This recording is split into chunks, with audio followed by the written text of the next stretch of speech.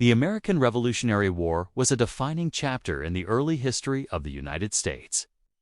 But it wasn't just about the battles and the leaders we remember today. It was also a time of great hardship and sacrifice.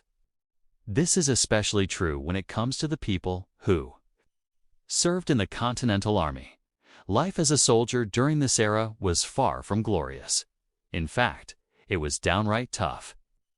And yet, thousands of men enlisted to fight for the cause of independence. One of the biggest challenges facing the Continental Army was a lack of supplies.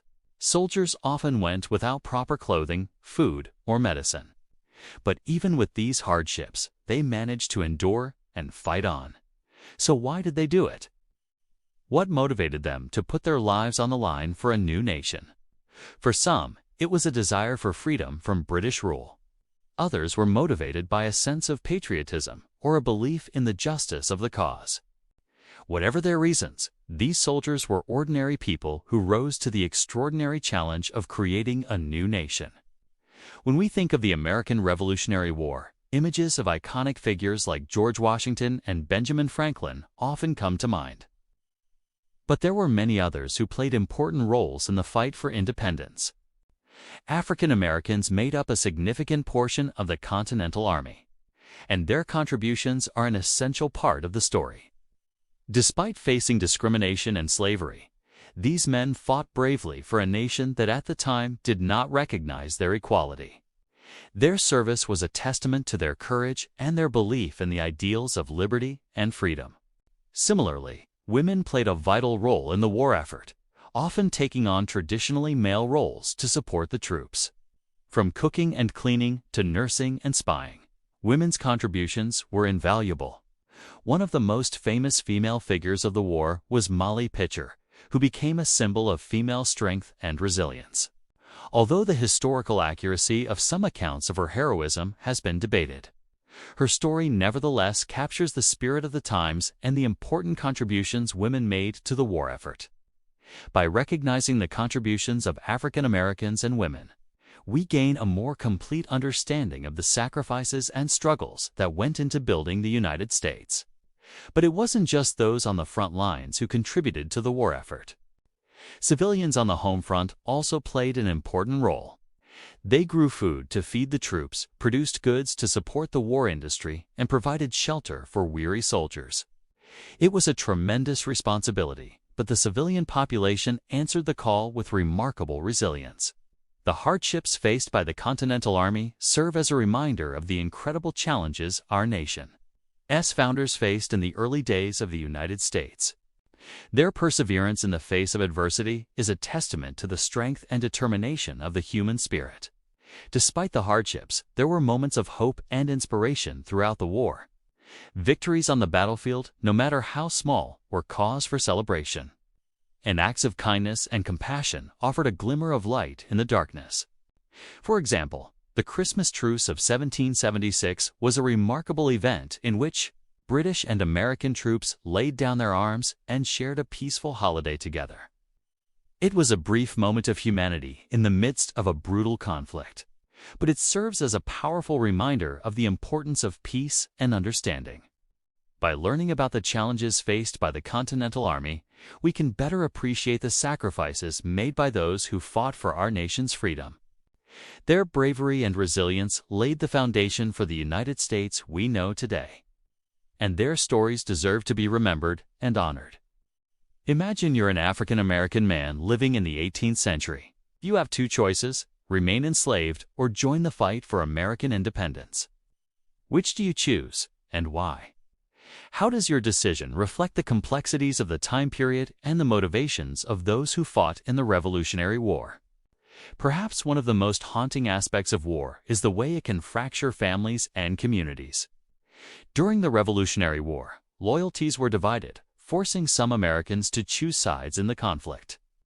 Imagine being caught between two versions of the future for your country. On one side, you have the familiar traditions and customs of life under British rule. On the other side, there's the allure of a new nation based on principles of democracy and freedom. How do you navigate these competing loyalties and make a choice that aligns with your values and aspirations for the future? In this time period, it wasn't uncommon for families to have members on both sides of the conflict. How might this division affect family relationships and create tension and conflict within households?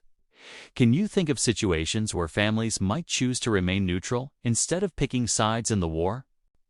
The challenges of the Revolutionary War are brought to life in the series, where you play as a young woman named Aveline D. in the fight for American independence. As a member of the Culper spy ring, your mission is to protect the safety of General George Washington and the Patriot cause. But be careful. The British are hot on your trail, and your every move is watched. To succeed, you must gather intelligence, forge alliances, and stay one step ahead of your enemies. But as the stakes grow higher, will you be able to handle the pressure and keep the secret that could change the course of history? Now let's return to our discussion of the Revolutionary War. If you could travel back in time and talk to one person from this era, who would it be and what would you want to know? Perhaps you want to speak to someone who witnessed the signing of the Declaration of Independence, or someone who served alongside George Washington at Valley Forge. By considering these questions, you can connect with the past in a more meaningful way and gain a deeper appreciation for the complexities of the Revolutionary War and the individuals who shaped it. The path to revolution was paved with protest. Groups like the Sons of Liberty organized boycotts and demonstrations against British policies, keeping the spirit of rebellion alive. The fight for independence wasn't easy, but the determination of these early Americans was unwavering. Their efforts laid the groundwork for the United States we know today. So let's take a moment to appreciate the courage and resilience of those who dared to dream of a new nation. Let's remember the protests and the patriots who dared to stand up for what they believed in. Their story is an important part of our nation's history, and their legacy continues to inspire us today. If you enjoyed this video, please give it a thumbs up and subscribe for more.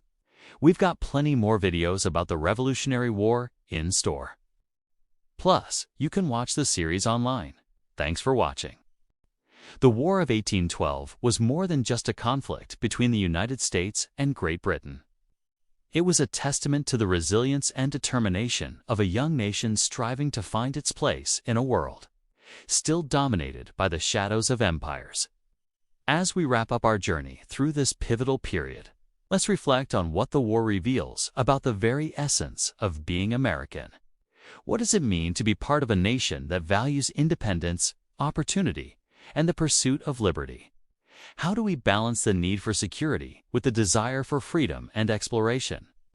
And how do we confront the complexities of history, acknowledging both the achievements and the sacrifices that have shaped our present? The answers to these questions resonate not only in the halls of history, but in the hearts and minds of every American.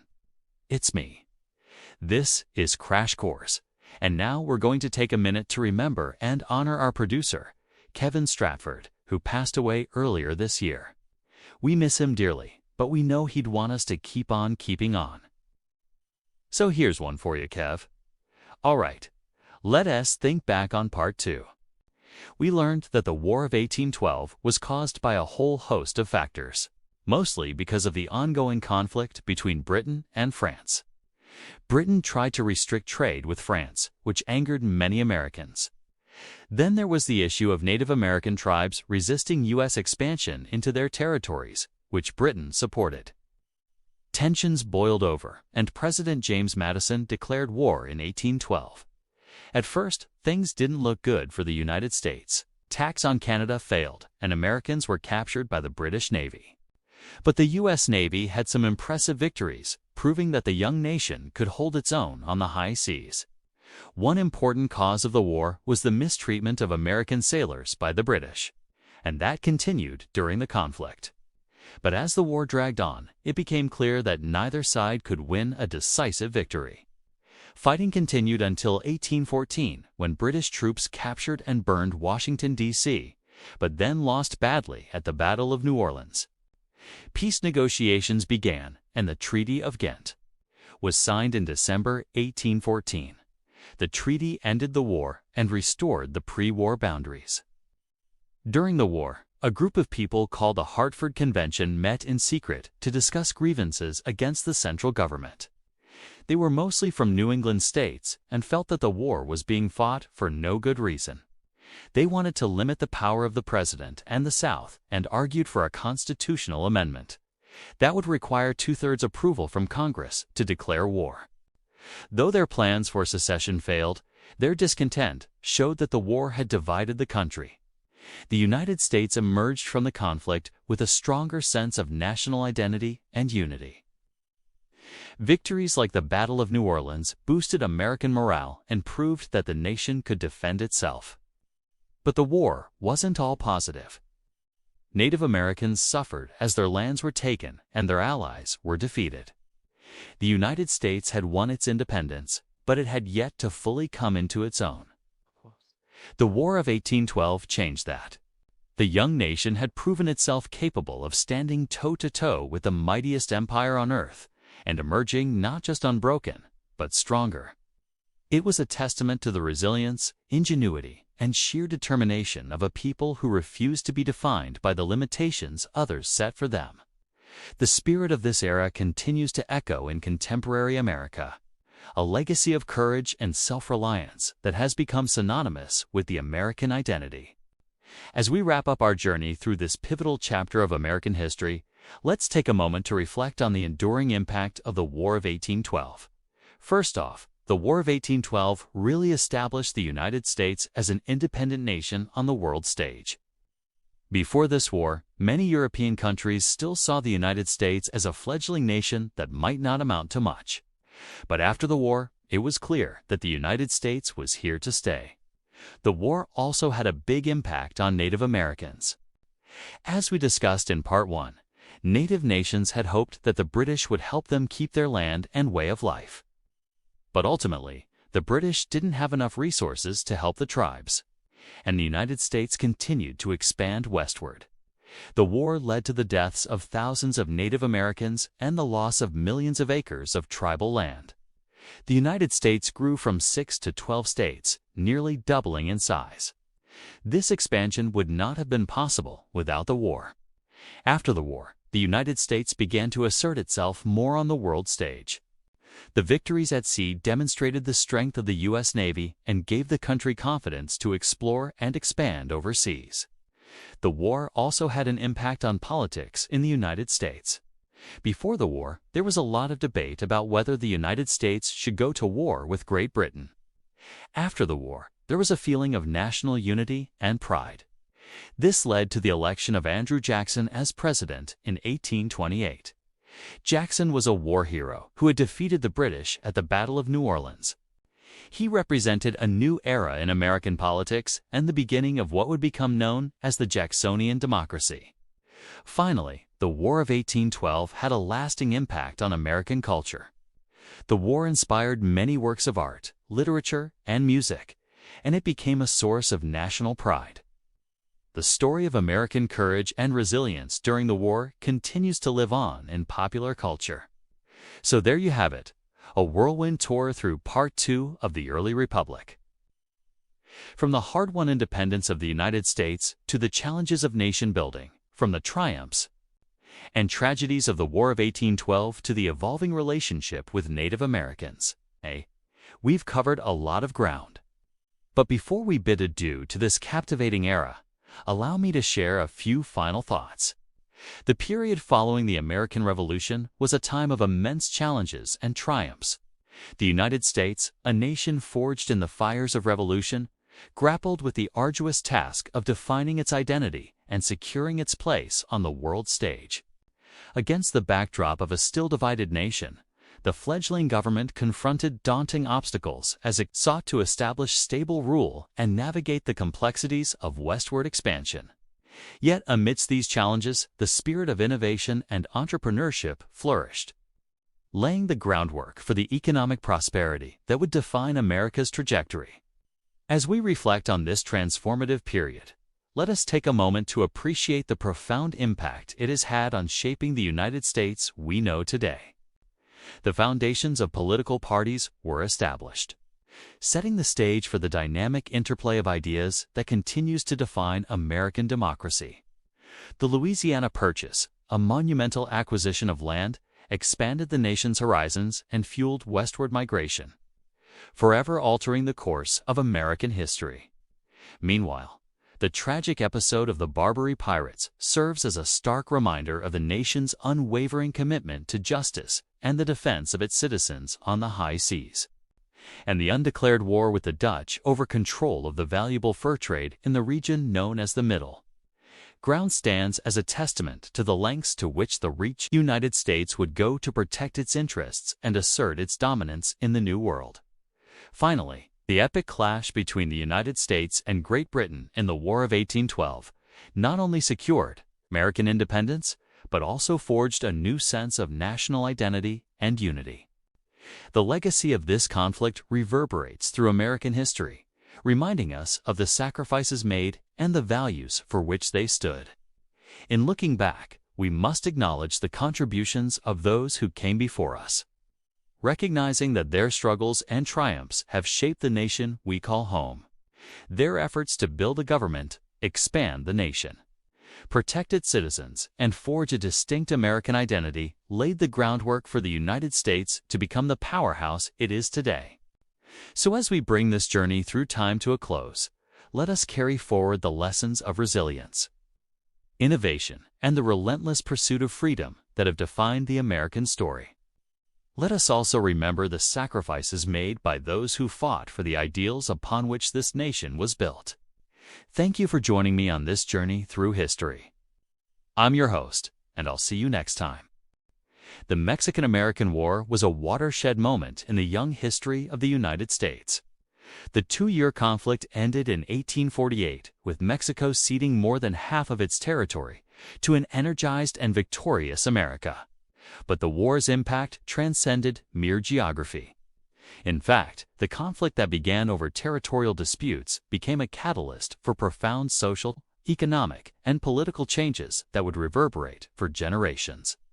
In today's episode, we delve deep into this often overlooked period.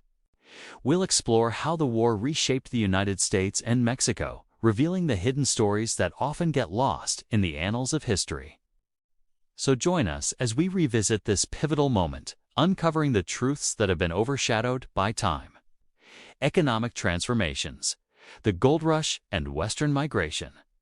The Mexican-American War led to a massive surge in migration to the Western territories of the United States. The allure of newly available lands, coupled with the discovery of gold in California, ignited a frenzy of settlement and economic activity. The population of California, for instance, skyrocketed from around 90,000 in 1848 to over 250,000 by 1852, driven primarily by the dream of owning land and striking it rich. This influx of settlers spurred the creation of new industries, businesses, and agricultural endeavors. Towns sprang up almost overnight, transforming the demographic and economic landscape of the region. Ranching, mining, and farming became prominent industries, shaping the character of the Western states and laying the foundation for their future economies. Political realignments, slavery, and sectional tensions. The acquisition of new territories during the Mexican-American War intensified the debate over slavery in the United States, as the nation grappled with the question of whether or not to extend slavery into these areas. It became a pivotal point of contention between the northern and southern states. The Missouri Compromise of 1820, which had temporarily eased tensions by maintaining a balance between slave and free states, was called into question as pro-slavery and anti-slavery advocates fiercely lobbied for their positions. This struggle over slavery would ultimately contribute to the outbreak of the Civil War, marking a tragic escalation in the sectional divisions that had been simmering since the nation's founding. Social change. The rise of American exceptionalism. The Mexican-American War fostered a sense of national pride and unity among Americans. Contributing to the rise of American exceptionalism, the perceived righteousness of the cause, coupled with the war's outcome, led many to believe that the United States had a special destiny to expand and shape the world. This burgeoning national identity, however, came at the expense of Mexican culture and sovereignty. The war effort often demonized Mexicans, portraying them as inferior or uncivilized, which reinforced racist stereotypes and attitudes that would persist for years. Military evolution. Innovations in tactics and leadership. The Mexican-American War showcased both the strengths and weaknesses of the U.S. military. American forces, known for their innovative use of technology and logistics, achieved significant victories, demonstrating the effectiveness of new weapons and strategies. The performance of soldiers and commanders, however, was not without its shortcomings, revealing the need for improvement in military training and tactics. For example, the Battle of Buena Vista, where General Zachary Taylor led his troops to victory against a larger Mexican force, exemplified the value of defensive strategies and the importance of logistical support. Such insights contributed to the evolution of military thinking and helped shape the nation's defense strategies in the years to come. Hidden stories, women's contributions, and indigenous experiences during the Mexican-American War. Women played vital, albeit often unrecognized, roles on both sides of the conflict. They served as nurses, providing medical care to wounded soldiers, and managed households and farms when men went to war. Women also engaged in espionage and intelligence gathering, using their skills to provide valuable information to military leaders. Despite facing societal constraints and expectations, women's contributions were instrumental to the war effort.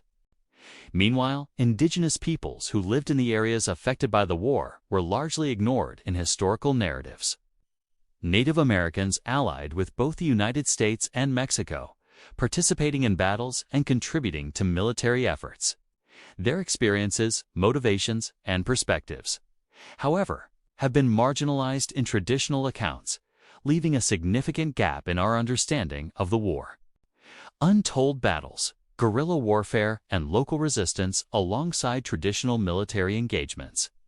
Guerrilla warfare and local resistance played a significant role during the Mexican-American War. Mexican guerrillas, often operating in remote regions, employed hit-and-run tactics to harass American forces. These unconventional tactics challenged the conventional military strategies of the United States, forcing American commanders to adapt and devise new approaches to counter these elusive fighters. The war thus became a complex interplay of formal battles and irregular warfare, underscoring the diverse strategies employed by combatants. Covert operations and intelligence gathering during the Mexican-American War. Covert operations and intelligence gathering played crucial roles in shaping military decisions and influencing the outcome of battles. Recognizing the value of information, military leaders on both sides engaged in espionage and the gathering of intelligence to gain an advantage over their adversaries. This involved clandestine missions, undercover agents, and the use of disguises, reflecting a growing understanding of the importance of intelligence in modern warfare. Personal accounts and letters from the front lines. Personal accounts and letters written by soldiers during the Mexican-American War offer intimate glimpses into the lives of those who fought in the conflict. These first-hand narratives describe the hardships, challenges, and emotional toll of war, providing a more human and relatable perspective on the military campaign. Letters sent by soldiers to family and friends reveal the personal stories behind the larger historical events, allowing readers to connect with the experiences of individuals who lived through this pivotal period. Little-known leaders and unsung heroes. The Mexican-American War featured numerous leaders and soldiers whose contributions are often overshadowed by more famous figures. From military commanders to local resistance leaders, these individuals played significant roles in the conflict. Exploring their stories sheds light on the diverse range of experiences and motivations that shape the war and its outcome. For example, the role of African American soldiers, both enslaved and free, in the conflict remains an important but understudied aspect of the war. Myths and misconceptions surrounding the war over the years. Myths and misconceptions have become intertwined with the narrative of the Mexican-American War. It is essential to separate fact from fiction and examine the war through a more accurate and nuanced lens. One common myth, for instance, is the notion that the war was solely about manifest destiny. In reality, while manifest destiny was a contributing factor, other motivations, including border disputes and political ambitions, played significant roles. Understanding the complexities of the war helps provide a more comprehensive and accurate portrayal of this historical event. As we conclude our exploration of the Mexican-American War, we are left with a profound appreciation for the multifaceted nature of this conflict. It was a war that not only reshaped the physical boundaries of nations, but also left an indelible mark on the social, economic, and political landscapes of both the United States and Mexico.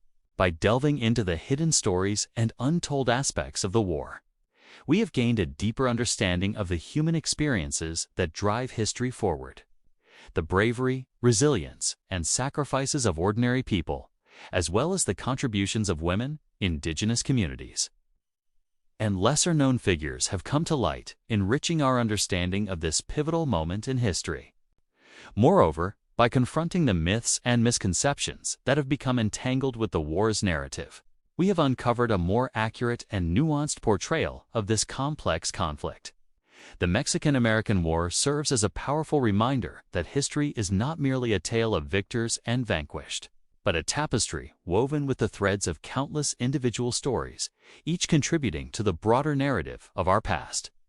As we move forward in our exploration of American history, we carry with us the lessons and insights gained from this pivotal conflict, recognizing the enduring impact of the Mexican-American War on the course of our nation's journey. Thank you for joining us on this journey through time. If you enjoyed this episode, please remember to subscribe and leave a comment below with your thoughts or any additional information you may have. Your engagement helps us continue producing quality educational content. Stay curious, keep exploring, and we'll see you in the next episode. This video has been made because I wanted to share some of my favorite moments from this amazing channel S-Run over the last 4 parts. We started with the American Revolution and worked our way to the Civil War. In this video, I want to go through some of the coolest units, generals, and battles from parts 1 through 4. There were so many amazing moments from all 3 series, but here are a few of my favorites. I hope they're yours too. For each part, we'll start with the coolest unit, then move to the best general, and finally finish with the greatest battle for each of the 4 parts. If you don't agree with my choices, let me know in the comments. Kayla, hearing what you guys have to say, and there are plenty of opportunities for discussion with these selections. Also, if you're new here and want to support the channel, please consider subscribing and hitting that bell icon. Alright, let's get started. Revolutionary War, Part 1. Coolest unit, Light Infantry. The light infantry were elite troops who excelled in the skills required during the Revolutionary War. These included skirmishing, where small groups of soldiers would harass enemy formations from close range using weapons like the rifle, bayonet, and pistol. The light infantry were essential for reconnaissance and scouting missions, as well as guarding key positions and conducting raids. The British 1775 light infantry were based on the British Army's traditional infantry units, while the Continental light infantry were often composed of volunteers from state militias. Both sides recognized the value of speed, agility, and marksmanship. Therefore, light infantry were usually chosen for their physical prowess and ability to move swiftly through wooded areas or across rough terrain. Revolutionary War, Part 1. Best General, Friedrich von Steuben. Von Steuben was a Prussian military officer who played a pivotal role in training the Continental Army during the American Revolutionary War. He arrived in America in 1778 and was appointed Inspector General of the Army. Von Steuben's contributions were instrumental in transforming the Continental Army from a ragtag group of volunteers into a well-disciplined fighting force, capable of challenging the might of the British Empire. His introduction of standardized military procedures, drills, and formations had a profound impact on the Army's effectiveness.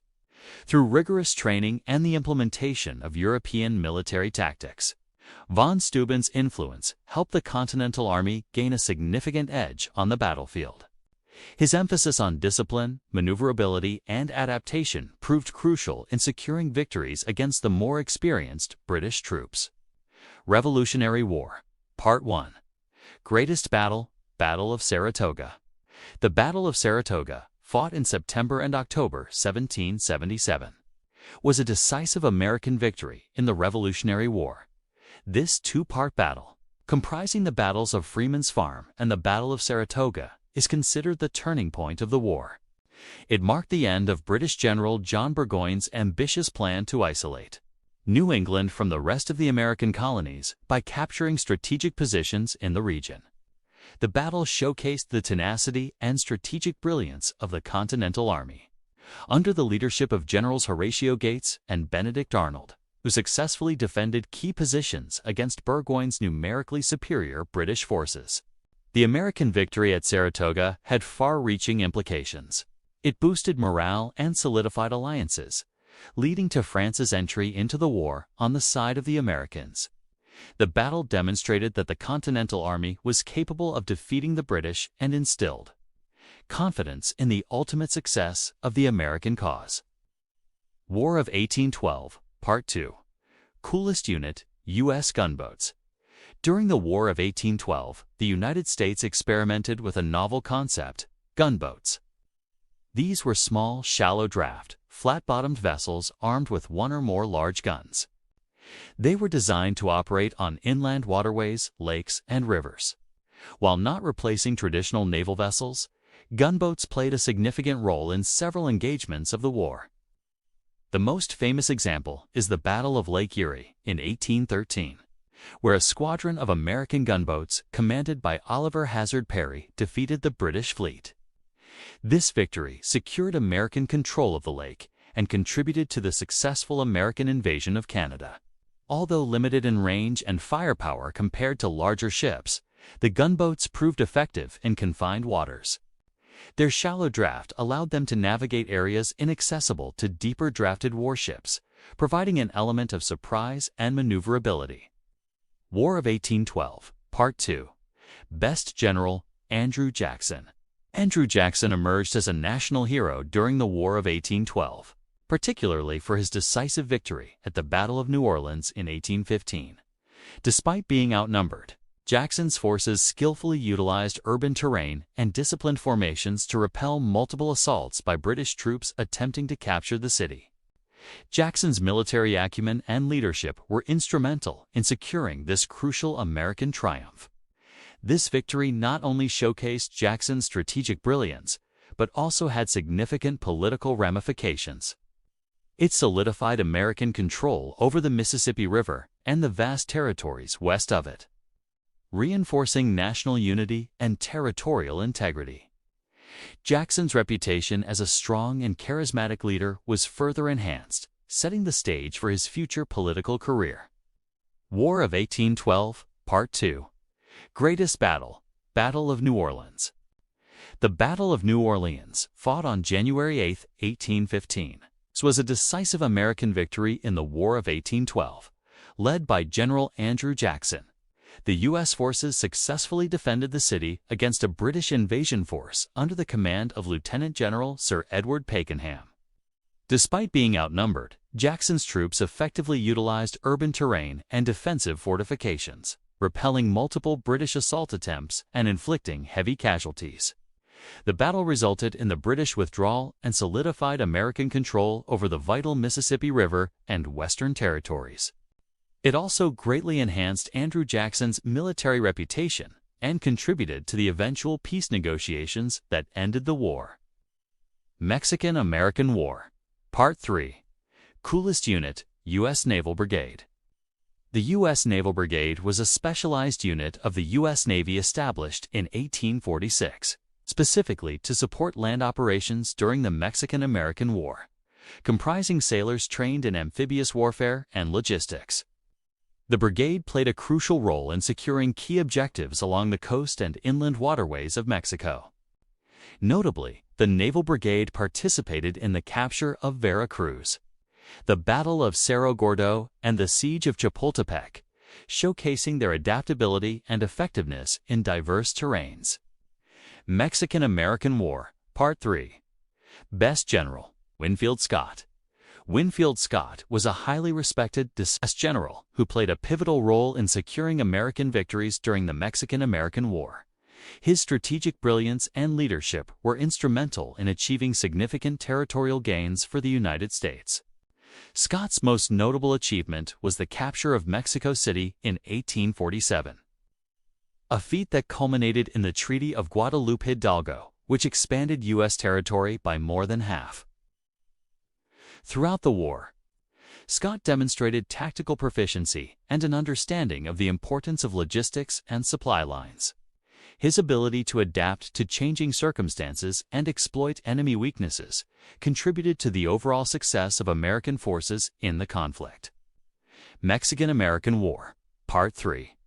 Greatest Battle, Battle of Buena Vista.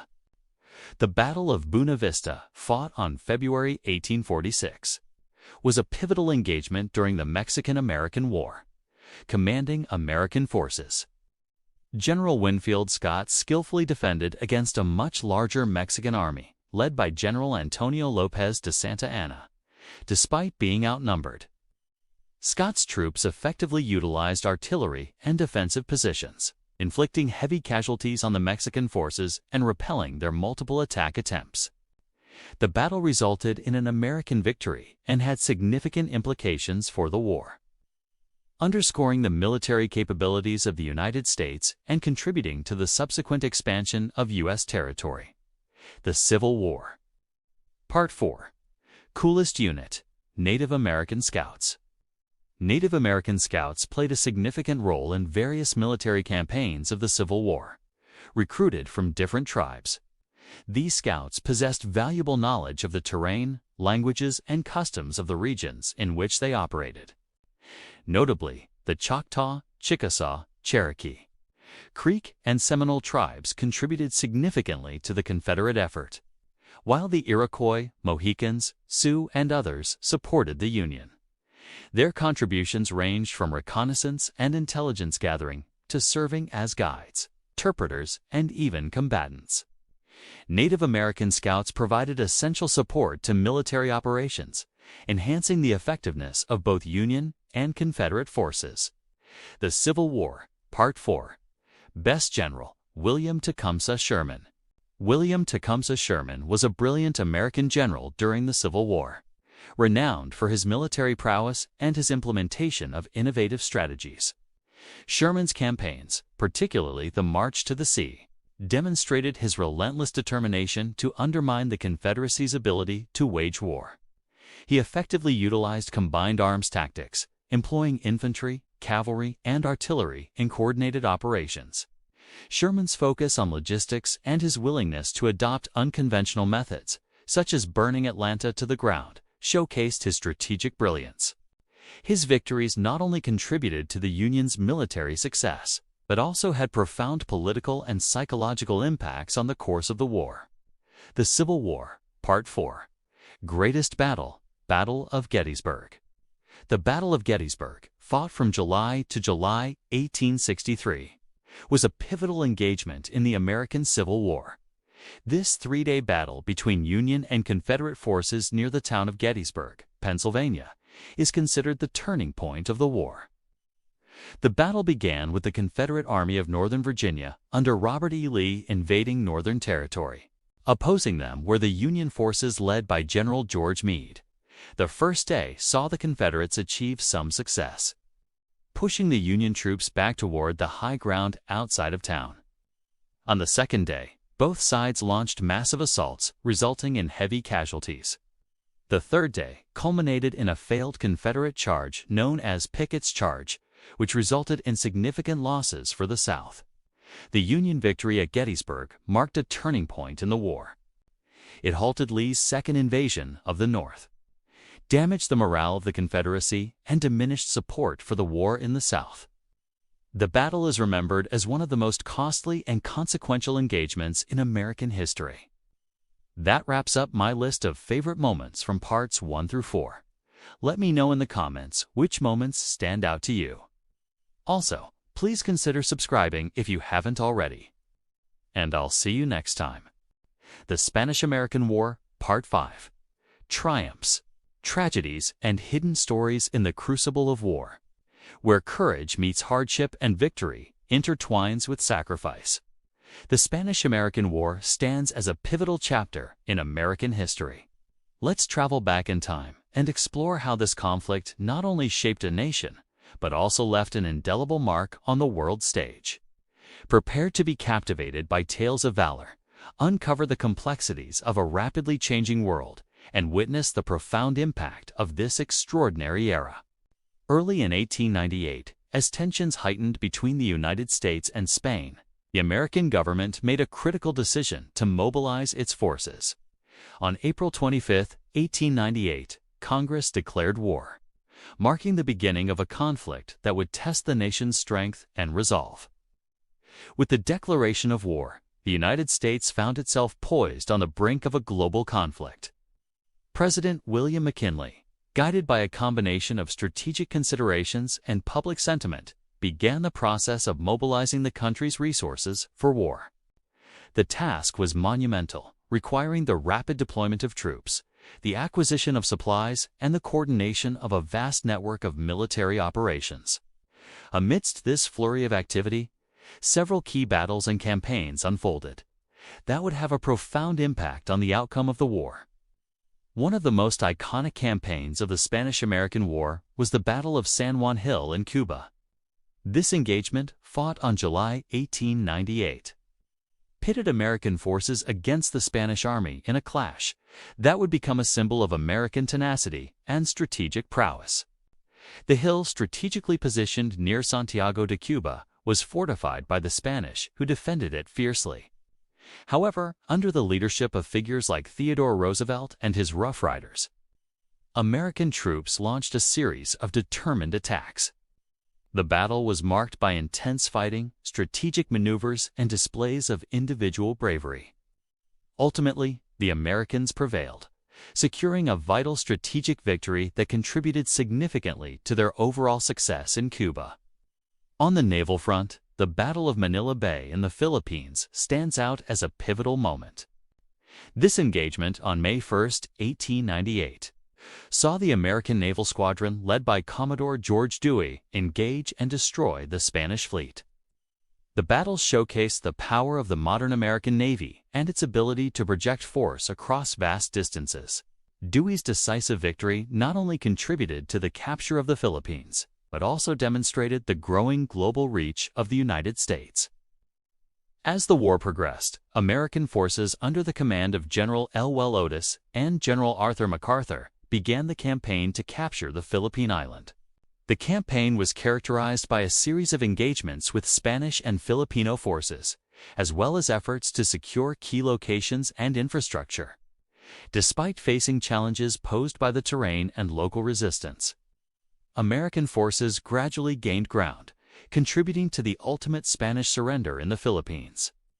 As the Spanish-American War reached its climax, the city of Santiago de Cuba in Cuba became a focal point of military activity. American forces, aiming to capture the city, laid siege to its defenses, which were anchored by the fortress of San Pedro de la Cabana. The siege, which began in June 1898, involved a combination of naval and land-based assaults designed to break through Spanish defenses. The culmination of the siege came on July 3, 1898, when Spanish forces surrendered. This marked a decisive moment in the war, bringing the main theater of conflict in Cuba closer to its conclusion. In the midst of these campaigns, the United States faced significant challenges, particularly in terms of logistics and medical care. The sudden call to arms had caught many by surprise, and the nation scrambled to equip and deploy its troops effectively. Shortages of supplies, including weapons, ammunition, and medical resources, were common. Furthermore, diseases such as yellow fever and malaria posed significant threats to the health of soldiers. The lack of adequate medical facilities and personnel in the early stages of the war exacerbated these challenges. The hardships faced by soldiers during the war not only tested their physical endurance, but also highlighted the importance of effective logistics and medical support in military operations. As the conflict dragged on, the United States invested more resources into addressing these issues, recognizing their critical impact on the well-being and effectiveness of its fighting force. But amidst these struggles, stories of individual bravery, strategic brilliance, and logistical ingenuity emerged. Soldiers and sailors recounted tales of valor in the face of adversity, showcasing the human spirit's capacity for endurance and courage. Meanwhile, military leaders and support personnel worked tirelessly to improve conditions and ensure the success of America's war effort. The Spanish-American War, despite its relatively short duration, stands as a testament to the complexities and challenges of modern warfare.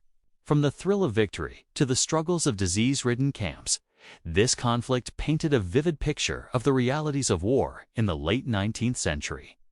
As we reflect on these stories, we gain a deeper appreciation for the sacrifices made and the lessons learned during this pivotal chapter in American history.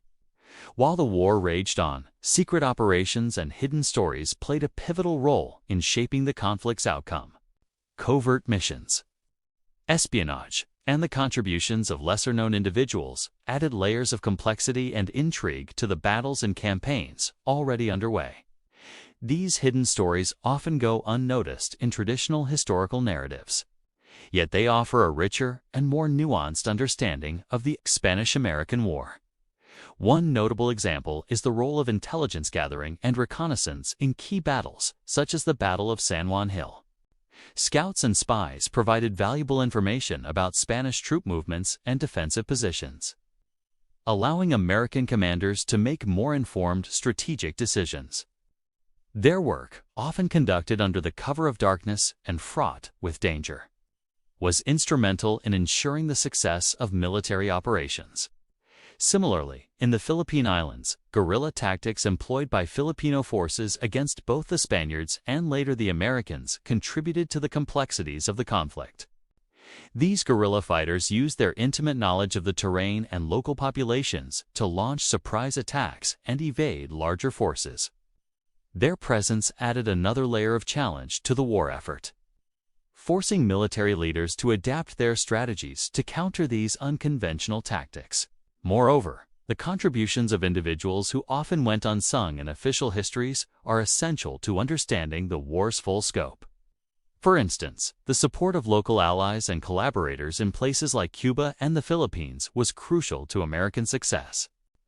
These individuals, influenced by their own experiences under Spanish rule, provided valuable assistance, acting as guides, translators, and sources of intelligence. Without their support, the complexities of navigating unfamiliar territories and cultures would have been even greater for American forces. Furthermore, the role of women during the Spanish-American War deserves recognition as they made significant contributions both at home and on the front lines.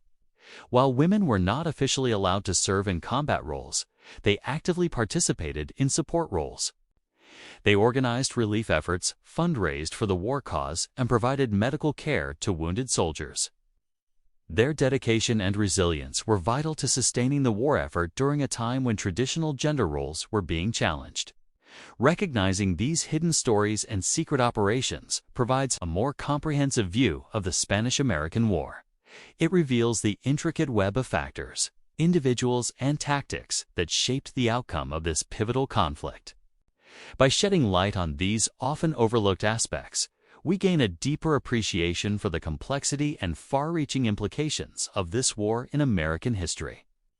In the end, the Spanish-American War resulted in a decisive victory for the United States, reshaping the global political landscape and establishing the nation as a major player on the world stage. The war's conclusion was marked by the Treaty of Paris in December 1898, which brought an official end to hostilities between Spain and the United States. The treaty outlined the terms for the withdrawal of Spanish forces from their colonies in Cuba, Puerto Rico, and Guam, as well as the transfer of these territories to the United States. Additionally, Spain ceded the Philippines to the United States for $20 million, a move that significantly expanded America's overseas possessions. In the aftermath of the war, the United States found itself in a position of considerable power and influence. Its military victories had projected American strength around the globe, and its newly acquired territories opened up new avenues for trade, diplomacy, and strategic considerations. The war's impact extended beyond territorial gains. It marked a shift in global dynamics, demonstrating the rise of new world powers and the changing balance of influence on the international stage. However, the legacy of the Spanish-American War was not without its complexities. The acquisition of territories such as the Philippines raised ethical and political questions about imperialism, autonomy, and self-determination. Resistance movements and insurgencies in these regions highlighted the challenges of governing diverse populations and integrating them into a broader American empire. Moreover, the human cost of the war, including the suffering of civilians and the loss of life, remained a significant consideration. The impact on local economies, infrastructure, and societies raised questions about the responsibilities of a global power and the need for equitable and sustainable practices in its overseas ventures. In closing, the Spanish-American War stands as a pivotal moment in American history, marking the nation's emergence as a global power and shaping its role on the world stage for decades to come. The war's triumphs and tragedies, its hidden stories and secret operations offer a glimpse into the complexities of this pivotal era. As we reflect on this extraordinary chapter, let us remember not only the battles and victories, but also the human stories that lie at the heart of this transformative period. Through understanding the nuances and complexities of the Spanish-American War, we gain a deeper appreciation for the challenges, triumphs, and enduring impact of this era in American history. Thank you for joining us on this journey through the annals of history. If you enjoyed this exploration of the Spanish-American War, we invite you to subscribe to our channel for more captivating historical journeys. Don't forget to hit the bell icon to be notified of our latest uploads. Together, let's keep learning, keep exploring, and keep discovering the hidden stories that shaped our world. The Great War had raged across Europe for 3 years before the United States joined the conflict in 1917. And when they did, they tipped the balance of power in favor of the beleaguered Allies. Join me now as we explore the epic conclusion of the deadliest war in human history in the 6th and final part of our series. America's entry into World War I changed the equation for the conflict. With a fresh infusion of troops and resources, the Allies, led by Britain, France, and Russia, launched a series of offensives that pushed back the Central Powers consisting of Germany, Austria-Hungary, and the Ottoman Empire. This conflict would not only be the deadliest in human history up until that time, but also a catalyst for profound political, economic, and social change around the globe. While the European powers had been locked in a stalemate for years, the arrival of American troops brought new momentum to the Western Front. These doughboys, as they were called, were equipped with the latest weapons and benefited from the vast industrial capacity of the intested United States, which churned out munitions and supplies at an unprecedented rate. Their impact was felt most acutely in the battles that followed. One of the first major engagements involving American forces was the Battle of Cantigny in May 1918, tasked with capturing a strategic hill near the town of Cantigny. The 29th Division, comprising around 6,000 men, went head-to-head with the well-entrenched Germans. What ensued was a display of tactical brilliance and sheer determination. The American troops, despite being outnumbered, executed a surprise attack on the German positions, utilizing smokescreens and coordinated artillery barrages. The battle, although relatively small in scale compared to some of the larger engagements of the war, was a resounding success for the Americans. They managed to capture their objective, inflicting heavy casualties on the enemy and suffering relatively light losses themselves. It was a pivotal moment, demonstrating that American forces were not only capable of holding their own, but could also execute successful offensive maneuvers. More than just a military victory, the Battle of Cantigny served as a crucial confidence booster for both the American troops and the Allied command. As the war dragged on, the stakes grew higher and the fighting intensified. Yet American soldiers continued to distinguish themselves, embodying a combination of bravery, tenacity, and adaptability that would become synonymous with the American fighting spirit. In the subsequent battles, their performance would continue to impress, contributing significantly to the ultimate Allied triumph. Among these engagements, the Battle of Belleau Wood in June 1918 stands out as a testament to the mettle of the U.S. Marines. Their mission, to capture a heavily fortified wooded area near the French town of Château-Thierry, which had fallen into German hands. The Marines, numbering just over 2,000, found themselves pitted against a force nearly 5 times their size. For days, the Marines battled in the dense, claustrophobic confines of the forest, facing relentless German attacks. Despite being outnumbered and battling in an unforgiving terrain, the Marines held their ground. They repelled wave after wave of German assaults, inflicting heavy casualties and minimizing their own losses. The battle raged for almost a month, becoming one of the most grueling tests of endurance and combat skills. It was a true test of the Marines' fortitude, but they emerged victorious. Their triumph at Belleau would cemented their reputation as elite fighters, capable of standing toe-to-toe with the best of any army. But this victory came at a steep price. Of the 2,000 Marines who had initially charged into the forest, less than 1,000 were left unwounded. Every unit had taken casualties, with some nearly decimated. Among them was Major General James A. Rich, the commanding general of the 2nd Division, who was seriously wounded. Despite their physical and emotional toll, the Marines, with their characteristic grit and determination, quickly regrouped. After a brief respite, they were right back in the thick of the fight. Their next mission: to assist the French in holding the key strategic crossroads of Fismes, which was vital to the defense of Paris. Once again, the Marines proved equal to the task, repelling German attempts to capture Fismes and playing a pivotal role in preventing a potential German breakthrough. Their performance at Belleau Wood and Fumes solidified the Marines' status as one of the most fearsome fighting forces of the war. The tales of their bravery, tenacity, and skill spread across the battlefields of Europe, striking terror into the hearts of their enemies and admiration in those who fought alongside them. Yet, even as American forces achieved notable victories, the broader war situation was far from settled. The course of the conflict would soon take an unexpected turn with the Second Battle of the Marne in July 1918. This engagement would prove to be the final major offensive of the Germans and a watershed moment for the war. As the German army prepared for their last major push, the stakes were incredibly high. Victory would mean breaking through the weakened Allied lines, advancing closer to Paris, and potentially demoralizing the Allies into seeking a negotiated peace. For the United States, still relatively new to the conflict, the pressure was intense. The success of previous offensives had raised expectations, and the call for a decisive contribution to the Allied cause echoed across the nation. Under these high stakes, American forces found themselves thrown into the heart of the action, tasked with stemming the tide of the German advance. Their role was critical, forming a vital part of the defensive line that stretched across the Marne River.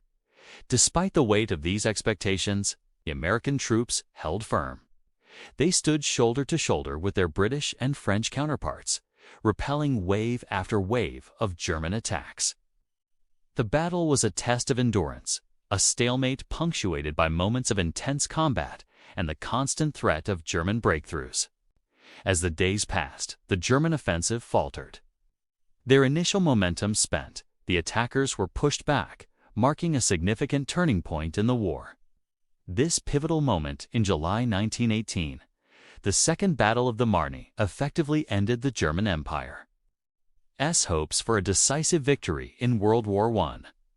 The offensive, which had begun with such ferocity, ultimately resulted in defeat. The reasons for this failure were multifaceted. Initially, the Germans enjoyed strong momentum, exploiting weaknesses in the thinly held Allied lines, hoping to achieve a breakthrough before reinforcements arrived. However, the very scale of their ambition proved to be their undoing. The thinness of their attacking front meant that their forces were spread too thinly to achieve a breakthrough anywhere. Secondly, the German strategy relied heavily on achieving a quick, decisive victory. Yet the stubborn resistance of the Allied troops, especially the newly arrived Americans, thwarted these plans. The battle degenerated into a war of attrition, a situation in which the Germans were at a distinct disadvantage due to their depleted resources. Additionally, the Germans underestimated the logistical and supply issues that plagued their own lines. As the battle dragged on, their inability to keep troops and artillery adequately supplied hindered their progress. Finally, there was a crucial element of chance. The weather, which had initially favored the Germans, took a turn, hindering their movement and forcing them to contend with muddy terrain that slowed their advance. When viewed through this lens, the outcome of the battle seems less surprising. The Germans, with their bold but overextended offensive, ultimately faced the combined might of the Western Allies bolstered by fresh American troops. Their downfall, although hastened by a series of tactical errors, was also the result of a strategy that was too ambitious for the resources and time available. The Second Battle of the Maroons thus serves as a stark reminder that even the most meticulously planned offensives can falter due to a confluence of factors. It was a lesson that the Germans would learn too late, paying the ultimate price for their miscalculations. But the story of World War I wasn't solely defined by battles. It was also a conflict characterized by a web of espionage, political intrigue, and diplomatic maneuvering that often overshadowed the frontline hostilities. One such episode was the Zimmermann telegram affair in early 1917. This secret diplomatic communication proposed an alliance between Germany and Mexico, urging Mexico to join the Central Powers in the war. If intercepted and publicized, the telegram could sway American public opinion already teetering on the edge of entering the conflict. And indeed, it did. The revelation of the Zimmermann telegram, along with Germany's resumption of unrestricted submarine warfare, tipped the scales in favor of intervention. The public outcry forced President Woodrow Wilson's hand, pushing him to seek a declaration of war against Germany. It was a dramatic moment that illustrated how the war, despite its European origins, had global ramifications. The entry of the United States into the conflict, driven in part by the Zimmermann telegram, would inject fresh vigor into the Allied cause. It would also expand the scope of the war, making it truly global in character. As the war raged, the U.S. found itself deeply involved in the conflict on multiple fronts. While its Army and Navy were engaged in battles across the Atlantic, its intelligence agencies were active on home soil. The Bureau of Investigation, under the direction of a man named J. Edgar Hoover, worked tirelessly to monitor pro-German sympathizers and uncover any form of espionage or sabotage within the United States. The threat was real. Germany had a spy network deeply embedded in America, feeding intelligence to Berlin and orchestrating acts of sabotage. But the U.S. was prepared. Hoover and his team worked around the clock, infiltrating German-American organizations, monitoring communications, and even placing informants within German consulates. It was a delicate balancing act, walking the line between national security and civil liberties. But the stakes were too high to hesitate. Acts of sabotage continued to plague American cities. But as the war drew to a close, so did the era of German espionage in the United States. With the fall of the Central Powers, the spy game came to an end, leaving behind a legacy of vigilance and counterintelligence that would shape America's approach to national security for years to come. And in the midst of this global conflict, individuals rose to the challenge, displaying courage, resilience, and ingenuity that defied the odds. Ordinary citizens turned to extraordinary means to support the war effort, proving that even in the darkest hours, the human spirit could prevail. From women taking on traditionally male-dominated roles to communities rallying around rationing drives, the contributions were diverse and far-reaching. The true spirit of World War I was exemplified by the nurses who served on the front lines. Tending to the wounded amidst the chaos and danger of war, Their selflessness and dedication in the face of adversity serve as a testament to the power of the human spirit to heal and to persevere.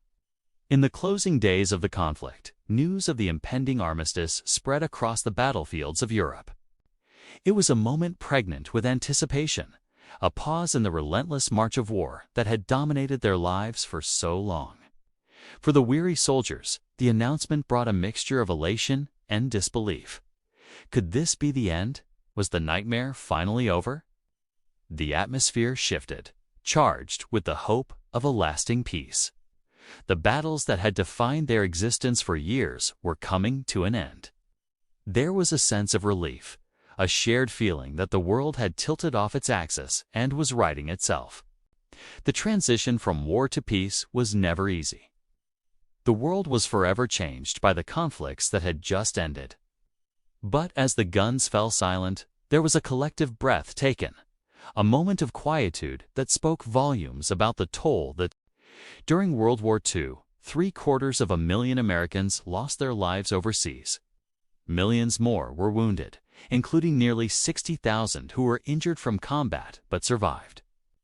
And yet, when they returned home, they were told, "Don't talk about it." As a result, the physical and emotional scars of war were compounded by the feeling of isolation. Which is why today, we are proud to share the story of a World War II veteran. Thank you for your service. Now back to our World War II documentary.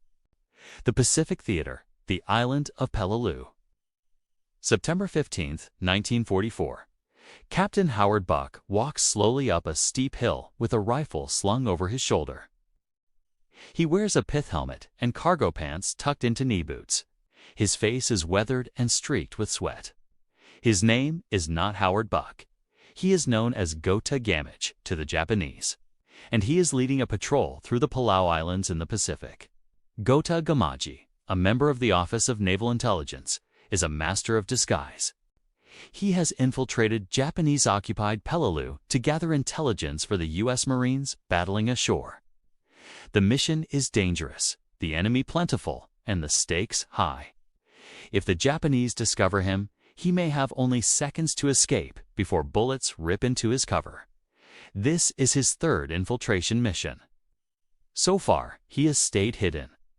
In the jungles of Guadalcanal, May 1943, Petty Officer Joseph Roach walks on a narrow trail. His face is grim and his eyes sharp. He carries a Thompson machine gun and moves with practiced ease, stopping occasionally to listen intently. A member of the Underwater Demolition Team, or UDT. He is conducting a reconnaissance mission on Japanese defenses around the beach. If he is spotted, he could be executed as a spy. If he survives, he will help plan the amphibious landings that will drive the Japanese from the island. Roach is one of an elite group of sailors, clearing the way for American troops. Their tactics and skills will evolve into those used by today's Navy SEALs. On the deck of the USS Helena, Lieutenant Junior Grade Robert M. Hansen guides his ship's anti-aircraft gunners through the smoke and chaos of battle. All around him, shells explode. Gunfire roars and men shout orders above the din. His ship is under heavy attack by Japanese dive bombers, but Hansen keeps his eye on the target, adjusting the guns to protect his ship and the men on board. He is part of a new breed of officer, one trained to lead in the heat of modern naval battle. The war at sea is entering a new phase, one defined by speed, firepower, and skill. Hansen's actions will determine not only the fate of his ship, but also the outcome of the battle. These men and millions more faced danger and uncertainty every day during World War II. Today, we pay tribute to these brave souls. We honor their courage, dedication, and sacrifice. We remember those who returned home and those who did not. We remember the fallen, and we salute the survivors. Together, we stand in awe of the strength and resilience of the human spirit, reminding ourselves that in times of war, it is the everyday heroes who truly make the difference. Women in the military during World War II. Over 350,000 women served in the U.S. Armed Forces.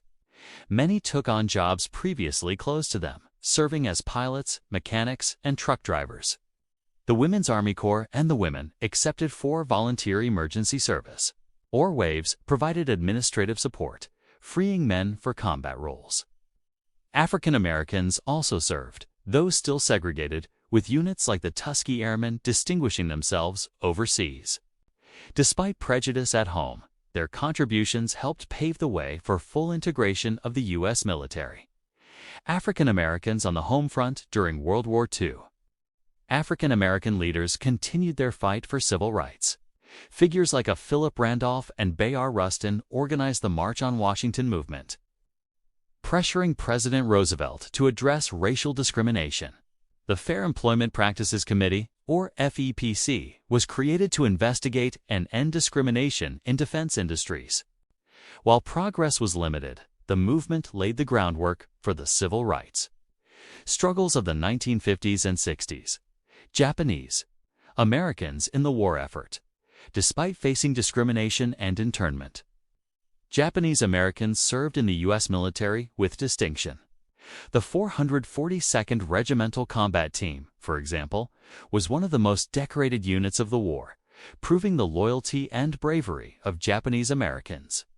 Their service challenged stereotypes and paved the way for greater acceptance after the war. The Holocaust during World War II. The United States became aware of the horrors of the Holocaust, but its response was limited. While some refugees were admitted, the U.S. largely prioritized its own interests and security. After the war, however, the U.S. played a key role in bringing Nazi leaders to justice, shaping international efforts to prevent genocide and promote human rights. The Holocaust survivors. Immediately after liberation, survivors faced numerous challenges, including health issues, loss of loved ones, and a lack of documentation. Relief organizations like the Joint Distribution Committee provided essential aid, while refugee resettlement programs helped survivors rebuild their lives. However, many survivors continued to face discrimination and prejudice long after the war, highlighting the need for continued efforts towards tolerance and understanding. U.S. relations with the Soviet Union initially.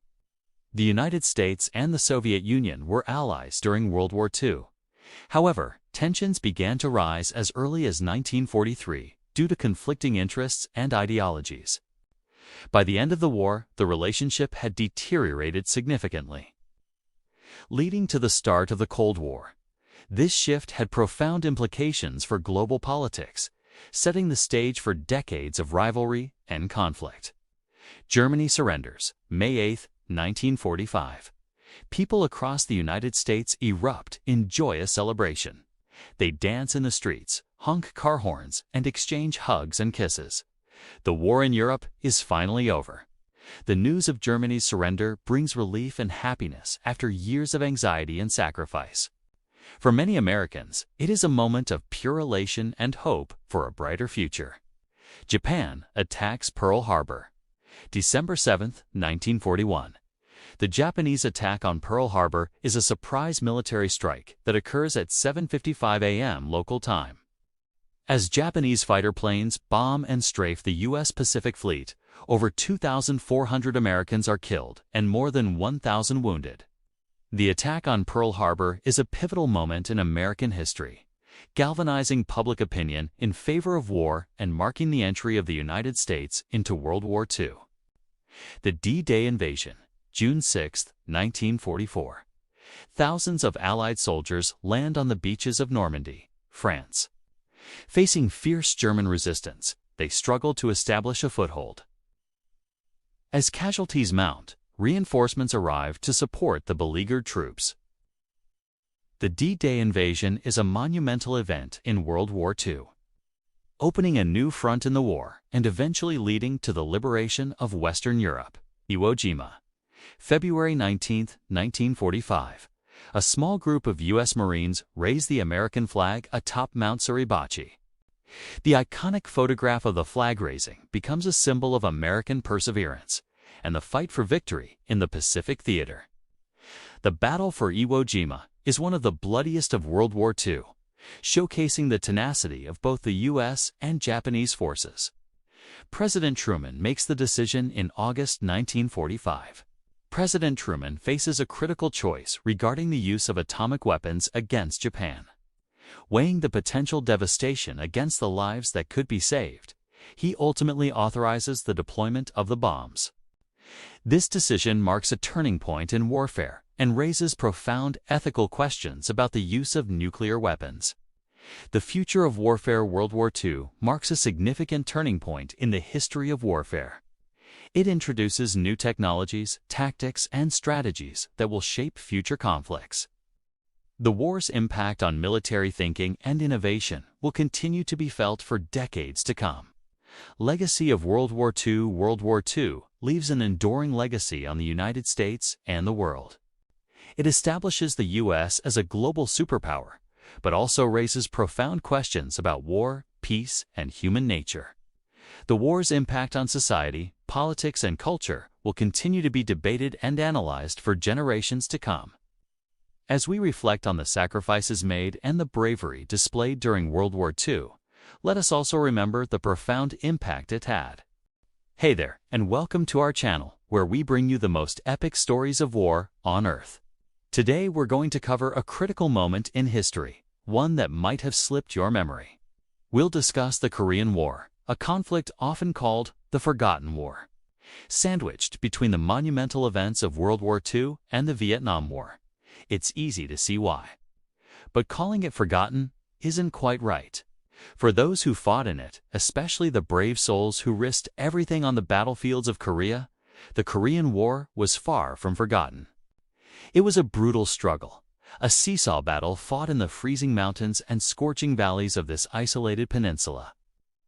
It was a test of strength between the forces of international communism and the United States and its allies, taking place in the early days of the Cold War. But now, let's turn back the clock and dive into the heart of this historic event. Let's explore how the Korean War unfolded. As the Second World War drew to a close in 1945, the Korean Peninsula found itself at a crossroads. For 35 years, Korea had been under Japanese rule, and now the world was about to change. The victorious Allies divided the peninsula along the 38th parallel, setting the stage for a clash of ideologies. The North fell under the influence of the Soviet Union, embracing communism and forming the Democratic People's Republic of Korea under the leadership of Kim Il-sung. Meanwhile, the South aligned itself with the United States, adopting democracy and establishing the Republic of Korea with Syngman Rhee as its president. Each government claimed legitimacy over the entire peninsula, a situation ripe with tension. Then came the fateful day, June 25, 1950, as North Korean troops, armed and trained by the Soviets, surged into the South. The Korean War kicked off. Within days, they had seized Seoul, forcing South Korean and U.S. troops into a tight corner around the southeastern port city of Pusan. With the threat of total domination looming, the U.S. couldn't stand idly by. President Harry S. Truman saw the invasion as a challenge to the United Nations and American interests.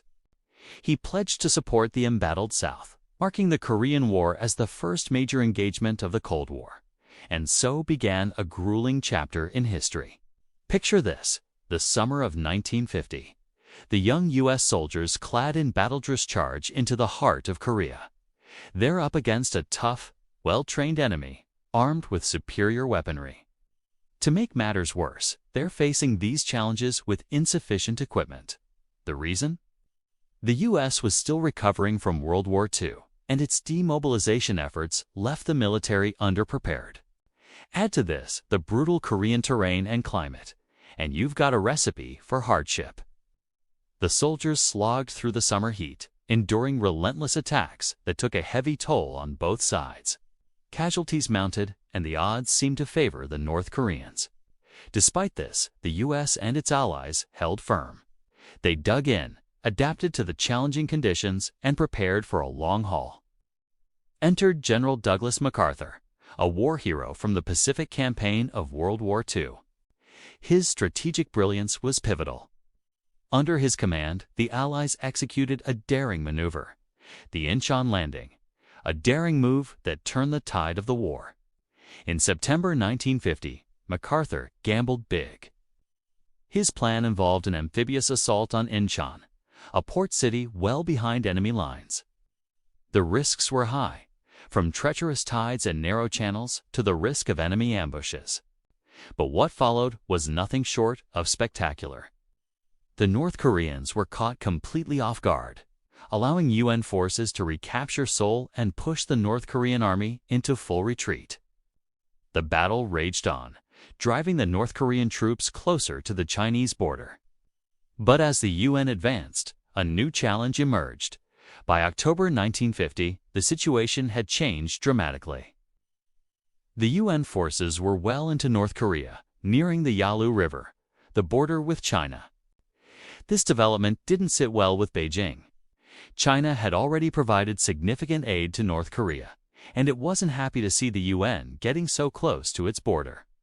Tensions escalated when China issued warnings that it wouldn't tolerate foreign troops so near its territory. The world watched anxiously as the situation teetered on the brink of a major shift. And then it happened. In late November, hundreds of thousands of Chinese volunteers crossed the Yalu River in a massive counterattack. This unexpected move threw the war into chaos. For the UN forces, it was a shock they weren't prepared for. The stage was set for a dramatic turn of events. Picture this, December 1950. The bitter cold of winter grips the Chosin Reservoir as U.S. Marines find themselves surrounded by a vastly superior enemy force. Temperatures plummet to minus 35 degrees Fahrenheit, making survival a daunting challenge. What follows is a story of grit, determination, and camaraderie. The Marines fought bravely, inching their way toward safety. After 17 days of intense combat, they managed to pull back from the brink of disaster, retreating 70 miles to the sea while under constant attack. The Battle of Chosin Reservoir became a testament to their endurance and resilience. As the war dragged on, the fighting intensified, claiming countless lives and leaving entire communities decimated. The human cost of the conflict was staggering, with millions of Koreans displaced from their homes and seeking refuge elsewhere. The physical toll on the peninsula was equally devastating. Cities and villages lay in ruins, bearing the scars of war. It was a tragic consequence of a conflict that had become increasingly divisive. In the face of this, the U.S. and its allies pressed on. By 1953, the front lines had stabilized, settling near the 38th parallel, effectively creating a stalemate. What followed was 2 years of bloody battles, a stark reminder of the war's toll on all involved. Trench warfare, artillery duels, and small-scale assaults dominated the landscape. Reminiscent of the battles of World War I, but fought in the rugged Korean hills. The cost was high, and questions about the war's purpose began to emerge. Amidst this, a clash of titans unfolded, not on the battlefield, but in the halls of power. MacArthur, the celebrated general, wanted to escalate the war, even suggesting the use of nuclear weapons against China. Truman, the U.S. president, resisted, fearing a wider conflict. In April 1951, the rift widened. MacArthur openly defied Truman, leading to his dismissal. It was a historic moment, one that sparked public outrage, but also affirmed the principle of civilian control over the military. The war continued, marked by fierce battles and heavy losses until finally, in July 1953, an armistice was signed at Panmunjom. The agreement restored the border near the 38th parallel and created a demilitarized zone as a buffer. Technically, the Korean War never had a formal peace treaty. Both sides remained technically at war, leaving the peninsula divided as it is today. In the end, the Korean War left an indelible mark on history. While often overshadowed, it was no less significant.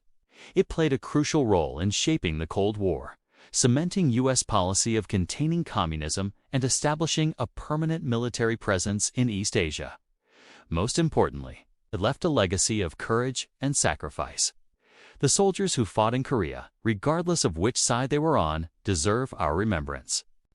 They fought in one of the earliest battles of the Cold War, a conflict that would define global politics for the latter half of the 20th century. Their stories are a testament to the human cost of war and the bravery that emerges in the face of adversity. If you'd like to delve deeper into this pivotal moment in history, check out our other videos covering various aspects of the Korean War. Each one offers a unique perspective on this complex conflict, exploring the tactics, strategies, and turning points that defined the war. Whether you're interested in the role of technology, the human stories, or the geopolitical implications, we've got a video that can take you deeper into the Korean War. Don't forget to subscribe to our channel, where we bring you the most epic stories of war on Earth. And if you enjoyed this video, please hit the like button. Your engagement helps us continue delivering quality content.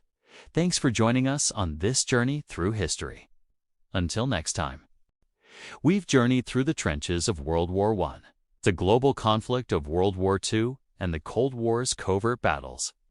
Now we turn to a war that divided a nation, the Vietnam War. This is Crash Course. World War II. Few wars in American history have been as divisive, as costly, and as deeply etched into the national consciousness as the Vietnam War. It was a war without a formal declaration, fought in jungles and rice paddies, under a cloud of political controversy at home and an elusive enemy abroad.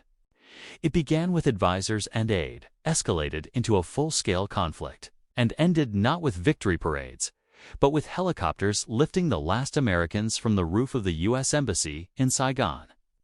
The Vietnam War tested America's military, strained its politics, and reshaped its society.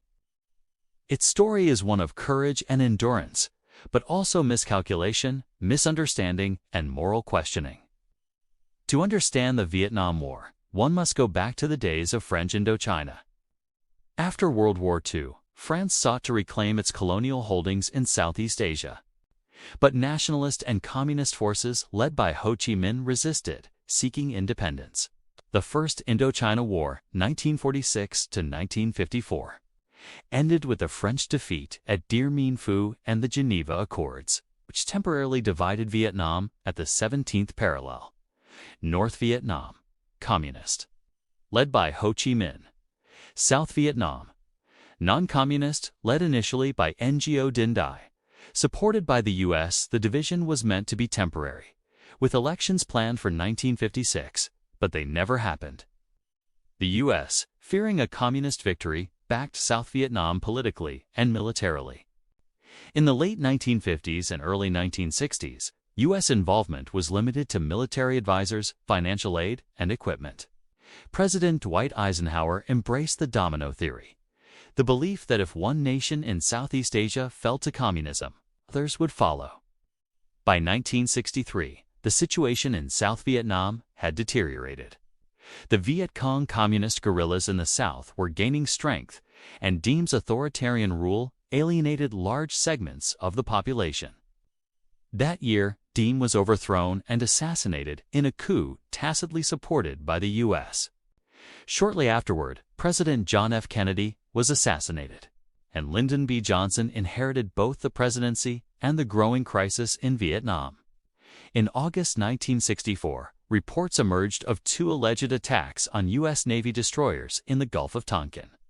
While the second attack likely never happened, Johnson used the incident to secure the Gulf of Tonkin resolution, giving him broad authority to use military force without a formal declaration of war. By 1965, U.S. ground combat troops began arriving in large numbers. The war escalated rapidly. 1965, about 184,000 U.S. troops in Vietnam. 1968, over 536,000 U.S. troops at peak deployment. Fighting the war, the terrain and tactics of the Vietnam War were unlike any war the U.S. had fought before. The dense jungle and mountainous terrain favored the defender, and the Viet Cong knew the territory intimately. Their strategy relied on hit-and-run tactics, blending into the local population, emerging to strike, then disappearing into the jungle. Across borders into Laos and Cambodia, or through elaborate tunnel networks, the U.S. relied heavily on search and destroy missions, seeking out Viet Cong and North Vietnamese forces, then calling in artillery or airstrikes. Helicopter mobility, using UH-1 Huey helicopters to insert troops quickly. Massive firepower, B-52 bombers, napalm, and chemical defoliants like Agent Orange. Despite superior technology, the U.S. struggled to achieve lasting control over territory. There were major campaigns and turning points throughout the war. Let's look at two: the Tet Offensive and the My Lai Massacre. The Tet Offensive in January 1968, during the Vietnamese Lunar New Year, Tet. North Vietnamese and Viet Cong forces launched a massive coordinated attack on more than 100 cities and outposts in South Vietnam. Militarily, the Tet Offensive was a disaster for the Communists. They suffered heavy casualties and failed to hold territory. But strategically, it was a turning point. It shocked the American public, who had been told victory was near. The gap between official optimism and battlefield reality eroded trust in the government. My Lai Massacre in March 1968. U.S. troops killed hundreds of unarmed Vietnamese civilians in the village of My Lai. When news of the massacre broke in 1969, it fueled anti-war sentiment and deepened divisions at home. The event became a symbol of the moral toll of the war. The Paris peace talks. Throughout the war, the U.S. and North Vietnam negotiated on and off. But it wasn't until 1968 that serious peace talks began in Paris. Both sides sought advantage on the battlefield to strengthen their position at the table. While negotiations continued, fighting raged on. In 1970, President Richard Nixon expanded the war into Cambodia to disrupt enemy supply lines along the Ho Chi Minh Trail. This move sparked protests, including at Kent State University, where National Guardsmen shot and killed for students. Meanwhile, the anti-war movement grew. As the war dragged on, so did the protests. By the late 1960s, millions of Americans were demonstrating against the war, many of them students. They organized teach-ins, marches, and draft resistance. Musicians like Bob Dylan and Marvin Gaye released songs condemning the war. Movies like Apocalypse Now captured the surreal horror of combat. Television brought the war into American living rooms. And as the body count rose, the emotional toll increased. In 1969, Nixon announced Vietnamization, gradually withdrawing U.S. troops while training and equipping South Vietnamese forces to take over the fight. By 1973, most U.S. combat troops had left Vietnam. The Paris Peace Accords were signed that year, but fighting between North and South Vietnam continued. The fall of Saigon. On April 30, 1975, North Vietnamese tanks rolled into Saigon. The South Vietnamese government collapsed, and the country was reunified under a communist government. The final images helicopters evacuating Americans and South Vietnamese allies from the embassy rooftop became lasting symbols of the war's end. As we wrap up our time in Vietnam, let's consider some of the triumphs, tragedies, secrets, and shadows of this complex war. Triumphs. U.S. forces fought with extraordinary bravery in a difficult and unconventional war. Technological innovations in helicopters, medevac systems, and battlefield medicine saved countless lives. The experience spurred major reforms in the U.S. military, intelligence operations, and foreign policy decision-making. Tragedies. More than 58,000 Americans were killed, and over 150,000 wounded. Millions of Vietnamese, along with Cambodians and Laotians, died during the broader conflict.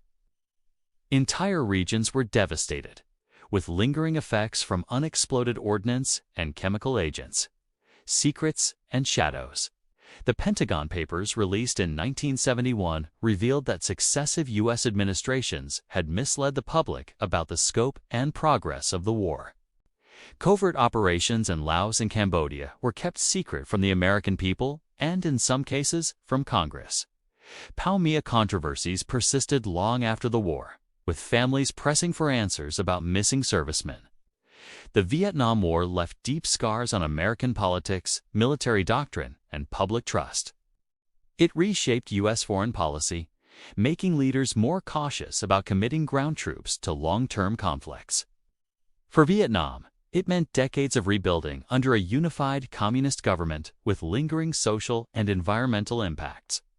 For the veterans who returned, it was often to a nation that did not welcome them as heroes. Many faced PTSD, health issues from Agent Orange, and difficulty readjusting to civilian life. In his book, The Best and Worst of All Possible Worlds, historian Rick Schenkman argues that the Vietnam War will likely be remembered as a tragedy, but one that helped bring about positive change. He writes, "The war remained so controversial and divisive that it took decades for the nation to come to terms with what had happened. But eventually, Americans came to agree that the anti-war movement had been right to oppose the war. The legacy of the Vietnam War is thus a tragic but ultimately progressive one. It left America less powerful but more free." As we conclude our series on the latter half of the 20th century, we're struck by the profound ways that these events continue to shape our world today. The Vietnam War remains a cautionary tale about the limits of military power, the cost of political misjudgment, and the importance of honest communication between government and citizens. It was a war in which bravery was abundant. But victory proved elusive and, in its aftermath, America had to reckon with its role in the world and the meaning of war itself. Many maps and borders represent modern geopolitical divisions that have often been decided without the consultation, permission, or recognition of the land's original inhabitants. Many geographical place names also don't reflect the indigenous or aboriginal people's languages. So we at Crash Course want to acknowledge these people as traditional and ongoing relationship with that land and all the physical and human geographical elements of it. We encourage you to learn about the history of the place you call home through resources like Native Land CA and by engaging with your local indigenous and aboriginal nations through the websites and resources they provide. Thanks for joining us this year as we explored the geography of an ever-changing world. If you want to help keep Crash Course free for everyone forever, you can join our community on Patreon. Secret's fullest account of civilian casualties caused by the war. The Iraq War is often called America's longest war. Actually, it wasn't. That distinction belongs to the war in Afghanistan, which began just 2 months earlier on October 7, 2001, and we'll talk about that one right after. But first, let me give you a quick summary of the situation in Afghanistan before the United States got involved. For decades, Afghanistan had been ruled by a brutal and fanatical regime known as the Taliban. The group's strict interpretation of Islamic law forced women into second-class citizenship and allowed no freedom of speech or press. Since the Taliban refused to hand over Osama bin Laden, the prime suspect in the September 11, 2001 attacks, the United States launched a campaign called Operation Enduring Freedom. On October 2001, U.S. and allied forces began a bombing campaign against Taliban targets. Special forces soon followed, hunting bin Laden and his al-Qaeda network across the rugged Afghan landscape. Within weeks, the Taliban was driven from power. By early December, most major cities were in the hands of U.S.-backed Afghan forces. Bin Laden and many al-Qaeda fighters escaped to the border regions along Pakistan. The Afghan War, 2001-2021. As in Iraq, the initial military victory soon gave way to a long and costly struggle. The United States found itself bogged down in an insurgency that combined nationalist, tribal, and religious elements. Throughout the country, militants led by figures such as Mohammed Omar and Sirajuddin Haqqani attacked coalition forces and Afghan government officials. Suicide bombings and IED attacks were common. From 2003 to 2010, the U.S. increased troop levels multiple times, each time hoping to turn the tide. In 2010, most NATO troops were focused on training and supporting Afghan security forces so they could eventually take full responsibility for the country's security. The United States and its allies also tried to win the hearts and minds of the Afghan people through development programs and efforts to improve education and healthcare. However, corruption among the Afghan elite undermined these efforts. And despite progress in some areas, the overall situation remained precarious. In 2011, the United States officially ended its combat mission and transferred responsibility for security to Afghan forces. U.S. troops continued to assist their Afghan counterparts, carrying out counterterrorism missions and providing air support and training. But the situation in Afghanistan remained volatile. By 2016, the Taliban had launched a major comeback, controlling more territory than ever before. Talks between the United States and the Taliban began in 2018, leading to the signing of a peace agreement in February 2020. This deal called for the withdrawal of U.S. troops and the release of Taliban prisoners in exchange for a promise by the Taliban to prevent Afghanistan from being used as a base for international terrorists. In September 2021, the Taliban launched its final offensive, capturing Kabul and retaking control of the country, just as quickly as the United States had taken it from them 20 years earlier. The war had finally come to an end, but it would be remembered as a failure of nation-building and counterinsurgency. Today, Afghanistan is once again ruled by the Taliban. Its people face a bleak future under the group's repressive regime. So, how did this happen? What went wrong in Afghanistan? Let's start with the basics. How do you defeat an insurgency? In counterinsurgency warfare, the goal is to defeat an enemy that is deeply embedded in the civilian population. It's a delicate balance. You need to defeat the enemy while protecting civilians and winning their loyalty. In Afghanistan and Iraq, the U.S. military faced a determined enemy that refused to accept defeat. They were willing to die rather than surrender. For example, during the Battle of Ramadi in Iraq in 2006, U.S. Marines fought house to house against an Iraqi Sunni militia. Even when surrounded and outnumbered, the insurgents refused to give up. One Marine described it as fighting in a video game where the bad guys keep coming back to life.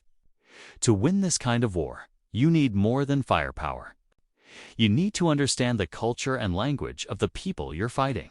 You need to build relationships and earn their trust. In Afghanistan, the U.S. military struggled to do this because it was fighting on multiple fronts. There were the Taliban, of course, but there were also various warlords and tribal leaders who saw the U.S. military as an opportunity to advance their own interests. The U.S. military was also fighting an elusive enemy that blended in with the civilian population. In some cases, it was difficult to distinguish between insurgents and civilians. In other cases, civilians were actively participating in the insurgency. Another challenge was the lack of resources. In both Afghanistan and Iraq, the U.S. military was spread too thin. It simply couldn't be in two places at once. This meant that sometimes entire regions would be left undefended, which allowed the insurgency to grow. Also, the U.S. military was fighting an enemy that was committed to a long-term strategy. The Taliban and other insurgents were willing to sacrifice their own people to achieve their goals. They knew that the U.S. military would eventually get tired and go home. So they were willing to wait as long as necessary to win. So what does all this mean for the future of Afghanistan? Well, it means that the U.S. military failed to win the hearts and minds of the Afghan people.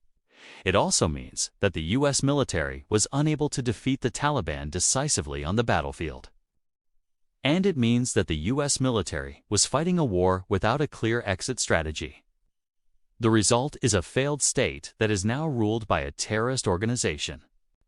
Of course, there are many other factors that contributed to the U.S. military's failure in Afghanistan, such as corruption and incompetence among the Afghan government officials, as well as the fact that the United States was fighting a global war on terror with limited resources.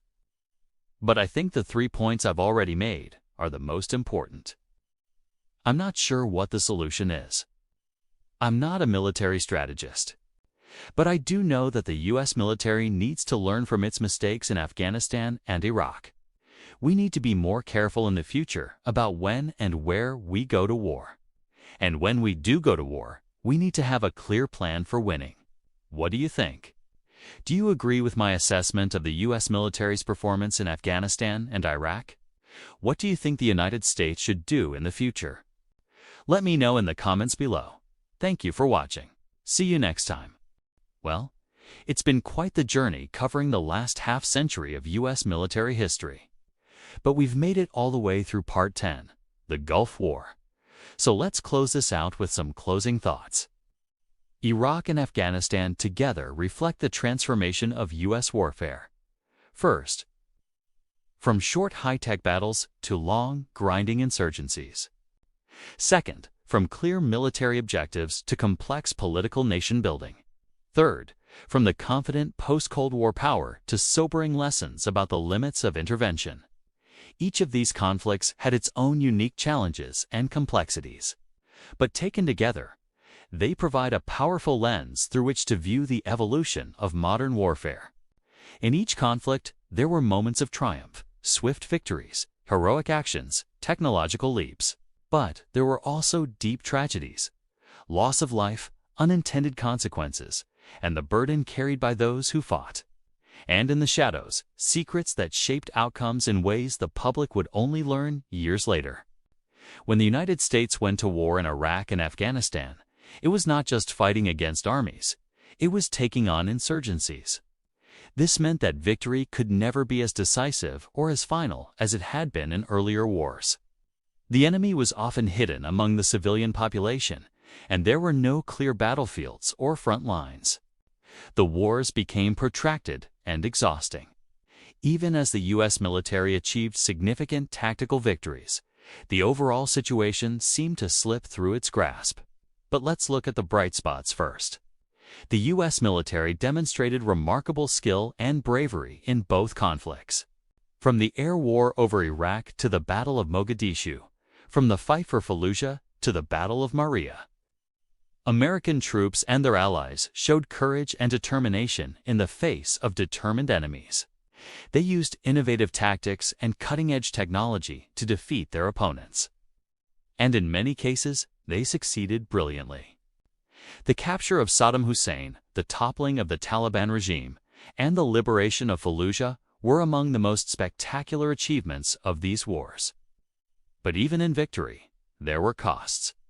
The U.S. military's focus on counterinsurgency led to a heavy emphasis on ground combat and nation-building. This required large numbers of troops and resources, leading to a sense of being bogged down. Moreover, the U.S. military was often criticized for its tactics, particularly the use of force in civilian areas. This caused civilian casualties and inflamed local populations, which in turn fueled the insurgency. As the wars dragged on, the U.S. military faced growing opposition at home. The wars became increasingly unpopular, and politicians began to question the strategy and the cost. The U.S. military was asked to do more with less, to achieve political goals that were often unclear, and to operate in an environment that was constantly changing. Despite these challenges, the U.S. military continued to fight and adapt. It developed new strategies and tactics to counter the insurgency. It forged partnerships with local forces, and it worked to win the hearts and minds of the civilian population. In many ways, the U.S. military's performance in these wars was nothing short of heroic. Its troops and their allies displayed extraordinary courage, determination, and skill in the face of determined enemies. They used innovative tactics and cutting-edge technology to defeat their opponents. And in many cases, they succeeded brilliantly. Yet the wars also revealed the limits of military power. The U.S. military could not defeat insurgencies by military means alone. It could not build nations or create lasting peace. And it could not do so without suffering significant casualties. So what are the lessons? For one, military intervention can have unintended consequences. The U.S. military's intervention in Iraq and Afghanistan led to the creation of new conflicts and the rise of new extremist groups. Second, nation-building is a difficult and lengthy process. The U.S. military's efforts to help rebuild Iraq and Afghanistan were hampered by corruption, instability, and a lack of resources. Third, military power has its limits. The U.S. military's inability to achieve its objectives in Iraq and Afghanistan demonstrated the limits of military power in the face of determined opponents. Finally, the wars in Iraq and Afghanistan highlight the human cost of war. The conflicts resulted in the deaths of hundreds of thousands of civilians and the displacement of millions more. They also took a heavy toll on the U.S. military and its allies. As we look back on these conflicts, we should remember not only the triumphs, but also the tragedies. We should honor the service and sacrifice of those who fought and the courage of those who lived under the shadow of war. And we should strive to learn from the mistakes of the past so that we can do better in the future. The study of military history is a humbling experience. As we examine the conflicts of the past, we gain a deeper appreciation for the challenges and sacrifices of those who have fought and died for our freedom. Let us not forget their sacrifice. Let us honor their service, and let us strive to build a better future in their memory. Thank you for watching.